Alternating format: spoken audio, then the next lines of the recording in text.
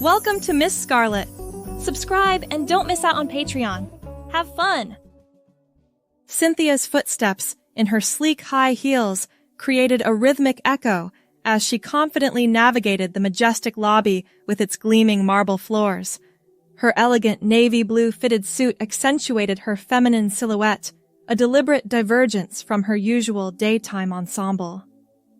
As the elevator doors slid closed, she allowed herself a moment to breathe, to settle into the skin that felt most authentic. Cynthia's manicured finger hovered over the button for the executive floor before pressing the one below it instead. She needed a few minutes to compose herself, to transition back into Baylor before facing the board meeting that loomed ahead. The elevator dinged, and she stepped out into a quiet corridor. In the privacy of a seldom-used conference room, Cynthia opened her briefcase and began her transformation. Off came the long chestnut wig, carefully folded and tucked away. She wiped away the carefully applied makeup, revealing the strong jawline beneath. As she removed her jewelry and changed into a crisp white shirt and tie, Baylor emerged. He stood before the full-length mirror on the back of the door, adjusting his Windsor knot. The reflection showed a man in his late 40s, salt and pepper hair neatly trimmed, steely blue eyes focused and determined. Baylor took a deep breath, squaring his shoulders. It was time to face the wolves. The boardroom fell silent as Baylor entered, his presence commanding attention without a word. He nodded curtly to the assembled executives, noting the tension that crackled in the air. As he took his seat at the head of the table, his eyes locked onto Marcus Harding, the smug-faced VP of Operations who had called this emergency meeting. "Gentlemen," Baylor's deep voice resonated through the room. "I believe we have some pressing matters to discuss." Marcus leaned forward, a predatory gleam in his eyes. "Indeed we do, Baylor. We've received word of a potential hostile takeover bid from Apex Industries. They're moving aggressively, and our sources indicate they've already secured support from several key shareholders." A ripple of unease passed through the room. Baylor remained impassive, though his mind raced. Apex had been circling for months, but he hadn't anticipated such a bold move so soon. "What's our current position?" Baylor asked, his tone measured. The CFO, a nervous man named Harold, shuffled through some papers. "Based on our latest projections, we're vulnerable. The recent dip in our stock price has left us exposed. If Apex can secure just 15% more of our shares, they'll have controlling interest." Baylor nodded, processing the information. "And our options?" Marcus jumped in, barely concealing his eagerness. "We could attempt a poison pill strategy, but that might alienate our existing shareholders. Alternatively, we could look for a white knight investor, but on such short notice. Or," Baylor interrupted, his voice cutting through Marcus's rambling, "we fight back." The room fell silent again, all eyes on Baylor. He stood, buttoning his jacket as he moved to the window overlooking the city skyline. The late afternoon sun cast long shadows across the urban landscape, a visual metaphor for the looming threat to everything he'd built. "Gentlemen, I didn't build this company by backing down from a challenge. Apex thinks they can swoop in and take what's ours because they see weakness. It's time we show them, and the market, just how strong we really are." Baylor turned back to the room, his gaze sweeping across the faces of his executive team. Some looked inspired, others skeptical. Marcus, he noted, looked downright disappointed. "Harold, I want a complete audit of our financials, focusing on areas where we can demonstrate untapped value. Marcus, prepare a comprehensive report on our current projects and future initiatives, anything that showcases our growth potential. I'll be reaching out to our major shareholders personally to reassure them of our position." As Baylor continued to issue directives, a plan began to take shape. The energy in the room shifted, fear giving way to determination. By the time the meeting adjourned, the executive team filed out with renewed purpose, all except Marcus, who lingered behind. "A moment of your time, Baylor," Marcus asked, his tone carefully neutral. Baylor nodded, bracing himself for whatever play Marcus was about to make. "I admire your optimism," Marcus began. "but I fear you might be underestimating the gravity of our situation. Perhaps it's time to consider alternative leadership strategies." Baylor's eyes narrowed. "Are you suggesting what I think you're suggesting, Marcus?" Marcus spread his hands in a gesture of false innocence. "I'm merely pointing out that in times of crisis, shareholders often look for a change, a fresh perspective, someone who might be more in touch with the current market realities." "Someone like you, I presume." Baylor's voice was dangerously quiet. "I only have the company's best interests at heart," Marcus replied, his smile not quite reaching his eyes. Baylor stepped closer, his imposing frame towering over Marcus. "Let me be very clear. I built this company from the ground up, and I will be the one to see it through this crisis. If you have concerns about my leadership, I suggest you bring them to the board, openly and honestly. Otherwise, I expect your full support in the coming weeks. Are we understood?" Marcus's smile faltered, but he nodded. "Perfectly, sir." As Marcus retreated from the boardroom, Baylor allowed himself a moment of doubt. He'd faced challenges before, but never one that threatened both his professional empire and his closely guarded personal life. The stress of the impending battle with Apex would make it harder to maintain his dual identities, but he knew he couldn't back down now. Later that evening, long after the office had emptied, Cynthia emerged once more. She sat at Baylor's desk, poring over financial reports and shareholder data. Her mind, equally sharp in either persona, worked through various scenarios and strategies. A notification on her phone caught her attention, a reminder of the charity gala scheduled for the following evening. Cynthia had been looking forward to the event for weeks, a rare opportunity to be herself in a public setting without fear of discovery. Now, with the apex threat looming, she knew she should cancel, focus all her energy on the company's defense. And yet, an idea began to form, audacious and risky, but potentially game-changing. Cynthia leaned back in the leather chair, a slow smile spreading across her face. Perhaps there was a way to save the company and be true to herself at the same time. The following evening, the grand ballroom of the Astoria Hotel buzzed with excitement. The city's elite had gathered for the annual Futures Foundation Gala, a celebration of innovation and philanthropy. Amidst the sea of tuxedos and designer gowns, Cynthia made her entrance. Her emerald green dress shimmered under the chandeliers, turning heads as she glided through the crowd. She'd chosen the color deliberately, bold, eye-catching, impossible to ignore.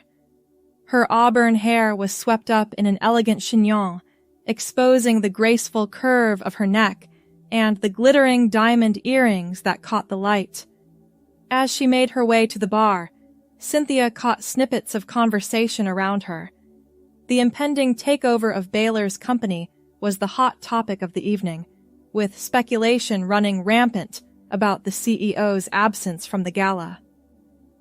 "Martini, please. Dry with a twist," Cynthia ordered, her voice pitched low and melodious. "Make that 2. A familiar voice added from behind her. Cynthia turned, coming face to face with Marcus Harding. He looked dashing in his tuxedo, but the predatory gleam in his eyes hadn't dimmed since the board meeting. "I don't believe we've had the pleasure," Marcus said, his gaze traveling appreciatively over Cynthia's form. Cynthia Reeves, she replied, extending her hand. And you must be Marcus Harding. I've heard so much about you. Marcus's eyebrows rose in surprise as he took her hand, bringing it to his lips in a gallant gesture. All good things, I hope. And how do you know of me, Miss Reeves? Cynthia's laugh was musical, drawing the attention of those nearby. Oh, in my line of work, it pays to keep an ear to the ground, especially when it comes to dynamic individuals such as yourself. Intrigue flashed across Marcus's face. And what line of work might that be? Investment banking, Cynthia replied smoothly. I specialize in identifying undervalued assets and maximizing their potential. Marcus's interest visibly piqued. Is that so? I'd be very interested in hearing more about your insights, especially given the current climate in certain industries. Cynthia took a sip of her martini, her eyes never leaving Marcus's over the rim of the glass. I'd be happy to share my thoughts. Perhaps we could find a quieter spot to talk. As they moved to a more secluded corner of the ballroom, Cynthia felt a mix of exhilaration and trepidation. She was walking a dangerous line, but if her plan worked, she might just be able to outmaneuver both Apex and Marcus in one fell swoop. For the next hour, Cynthia deftly steered the conversation, drawing out Marcus's ambitions and his plans for the company post-takeover. She listened attentively, peppering the discussion with insightful questions and subtle flattery. All the while, she was building a case, laying the groundwork for her grand reveal. You know, Marcus, Cynthia said, leaning in conspiratorially, I couldn't help but notice that your current strategy seems to hinge on the assumption that Baylor will simply roll over and accept defeat. Marcus scoffed. Baylor's finished. He's out of options and out of time. By this time next week, I'll be sitting in that corner office. Cynthia raised an eyebrow. Are you so sure about that? What if I told you I had information that could change everything? Marcus's eyes narrowed. What kind of information? The kind that could make or break a takeover bid, Cynthia replied, her voice low and intense. But before I share it, I need to know, are you more interested in seeing Apex succeed or in securing your own position of power? Marcus hesitated for a moment, clearly weighing his options. Finally, he leaned in, his voice barely above a whisper. My own position, of course. Apex is just a means to an end. Cynthia nodded, a slow smile spreading across her face. In that case, I think it's time we had a more private conversation. Meet me in the library in 10 minutes. I promise you, what I have to share will change everything. As Marcus hurried away, barely containing his excitement, Cynthia took a deep breath. The next few minutes would determine the fate of everything she'd worked for, both as Baylor and as herself. In the library, Cynthia paced nervously, her heels clicking softly on the polished hardwood floor. She'd chosen this room carefully, quiet, secluded, but with multiple exits in case things went south. As she heard the door open, she steeled herself for what was to come. Marcus entered, his eyes darting around the room before settling on Cynthia. All right, Ms. Reeves, I'm here. What's this game-changing information you claim to have? Cynthia took a deep breath, squaring her shoulders. Before I reveal anything, I need your word that what I'm about to share stays between us. At least for now. Marcus nodded impatiently. Of course, of course. Now, what is it? The information I have, Cynthia began, her voice steady despite her racing heart, is about Baylor. something that could either destroy him or make him untouchable, depending on how it's handled. Marcus leaned in, his eyes gleaming with anticipation. Go on. Cynthia paused for dramatic effect, then said softly, Baylor has been living a double life. Marcus's eyebrows shot up. What do you mean? An affair? Embezzlement? Nothing so mundane, Cynthia replied. The truth is, Baylor is transgender. The words hung in the air between them. Marcus's face cycled through a range of emotions, shock, disbelief, then a slow, predatory grin. My God, he breathed. If this gets out, it would destroy him. The shareholders would revolt. Apex would swoop in and you'd be left with nothing, Cynthia interrupted sharply. Marcus blinked, caught off guard. What do you mean? Cynthia stepped closer, her voice low and intense. Think about it, Marcus. If this information becomes public, the company's stock will plummet. Apex will grab everything for a fraction of its worth, and you'll be just another casualty in the takeover. She could see the wheels turning in Marcus's head as he processed this. But if I use this information to force Baylor out... You still lose, Cynthia pressed. Because I haven't told you the most important part yet. Marcus's eyes narrowed. Which is? Cynthia took a deep breath, then said clearly, I am Baylor. The silence that followed was deafening. Marcus stared at her, his mouth agape, as the pieces slowly fell into place.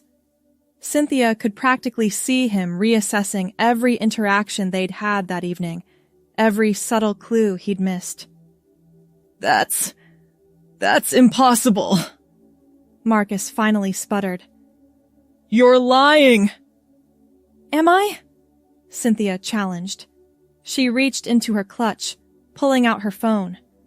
With a few taps, she pulled up a video and held it out to Marcus. On the screen, Baylor, in his masculine presentation, addressed the camera directly. Marcus, if you're watching this, it means Cynthia has deemed it necessary to reveal the truth. Everything she's told you is accurate. We are one and the same. Marcus stumbled backward, collapsing into a nearby armchair. I can't. Cynthia knelt beside him, her voice gentler now. I know this is a lot to take in, Marcus, but I'm giving you a chance here. A chance to be on the right side of history. Marcus looked up, confusion evident in his eyes. What do you mean? Think about it, Cynthia urged. If we handle this right, it's not just about saving the company from Apex. It's about making a statement, showing the world that diversity and authenticity can be strengths, not weaknesses. She stood, pacing as she laid out her vision. Imagine the headlines. Transgender CEO leads company to victory against hostile takeover. We could turn this into a powerful narrative about innovation, inclusivity, and resilience in the face of adversity. Marcus's expression shifted from shock to thoughtful consideration. The PR potential alone. Exactly, Cynthia nodded. But for this to work, I need your support. No more backdoor deals with Apex. No more undermining my leadership. We present a united front, with you as my strongest ally. Marcus was quiet for a long moment, clearly weighing his options. Finally, he looked up at Cynthia, a newfound respect in his eyes. You know, I've always admired Baylor's strategic mind. I see now that it transcends gender. He stood, extending his hand. You have my support, Cynthia. Or should I say, Baylor. Cynthia took his hand, her grip firm.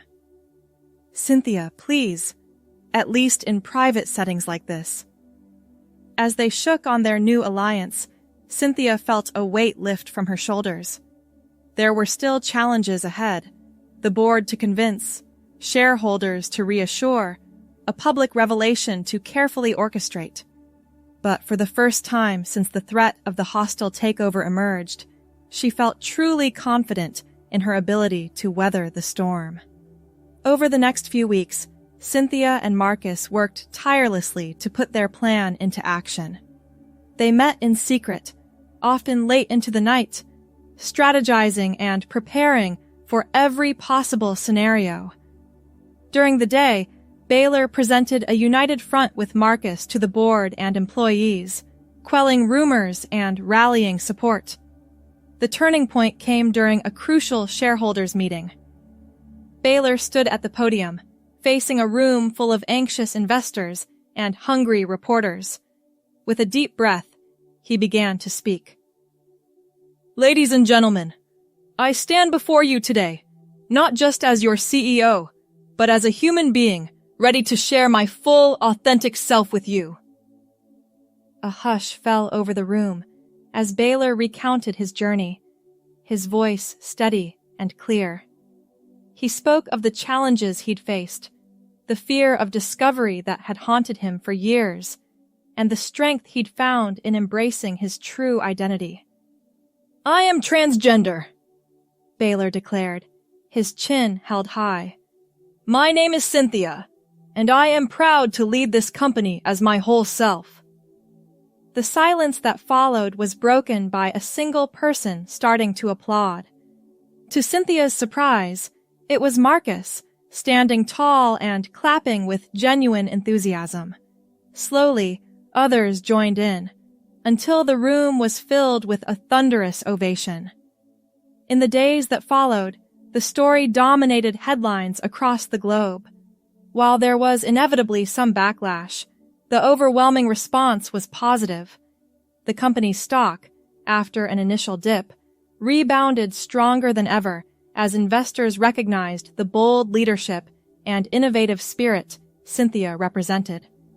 Apex Industries, caught off guard by the sudden shift in public opinion, found their takeover bid losing steam.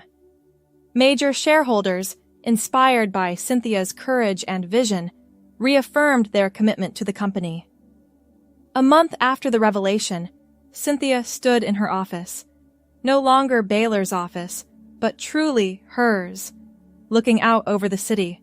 She wore a crisp black pantsuit, her auburn hair flowing freely over her shoulders. A knock at the door drew her attention. Come in, she called. Marcus entered, a stack of papers in his hand and a grin on his face. You're going to want to see this, he said, handing her the top document.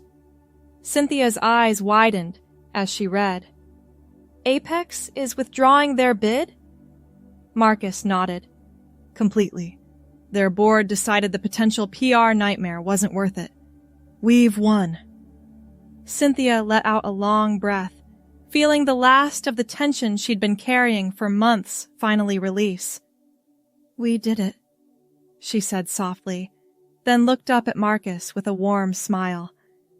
Thank you for standing by me through all of this.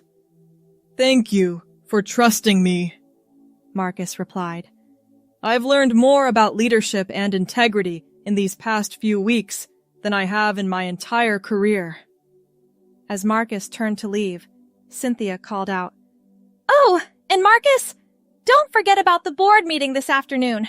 I think it's time we discussed that promotion we talked about. Marcus's face lit up. I'll be there with bells on, boss. As the door closed behind him, Cynthia turned back to the window, a sense of pride and accomplishment washing over her. She had faced her greatest fear, risked everything she'd built, and come out stronger for it.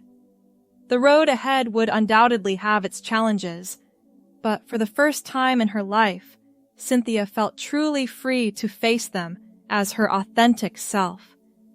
The sun was setting over the city skyline, painting the sky in brilliant hues of orange and pink. Cynthia watched as the lights of the buildings began to twinkle to life, a visual representation of the bright future that lay ahead. For her, for the company, and for all those who would be inspired by her story. With a contented sigh, she turned back to her desk. There was still work to be done, a company to run, and a world to change. And Cynthia was ready for all of it. Finally whole, finally free. Thanks for watching my girlies. Be sure to check out Patreon for more.